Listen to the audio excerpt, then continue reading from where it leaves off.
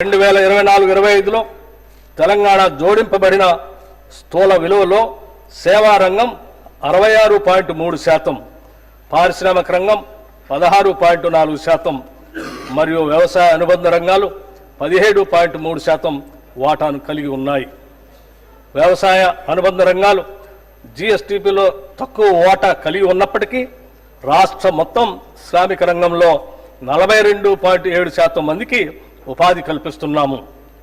ఉచిత కరెంటు, రైతు భరోసా, పంట రుణమాఫీ, నీటిపారుదల ప్రాజెక్టులపై పెట్టుబడులు వంటి ప్రభుత్వ పథకాలు రైతాంగానికి ఆత్మవిశ్వాసాన్ని పెంపొందించాయి. అదే సమయంలో వ్యవసాయ రంగాన్ని పటిష్టవంతం చేసేందుకు గాను పండ్ల తోటలు, పశు సంరక్షణ, చేపల పెంపకం వంటి అనుబంధ వ్యవసాయ కార్యకలాపాలను ప్రోత్సహిస్తున్నాం.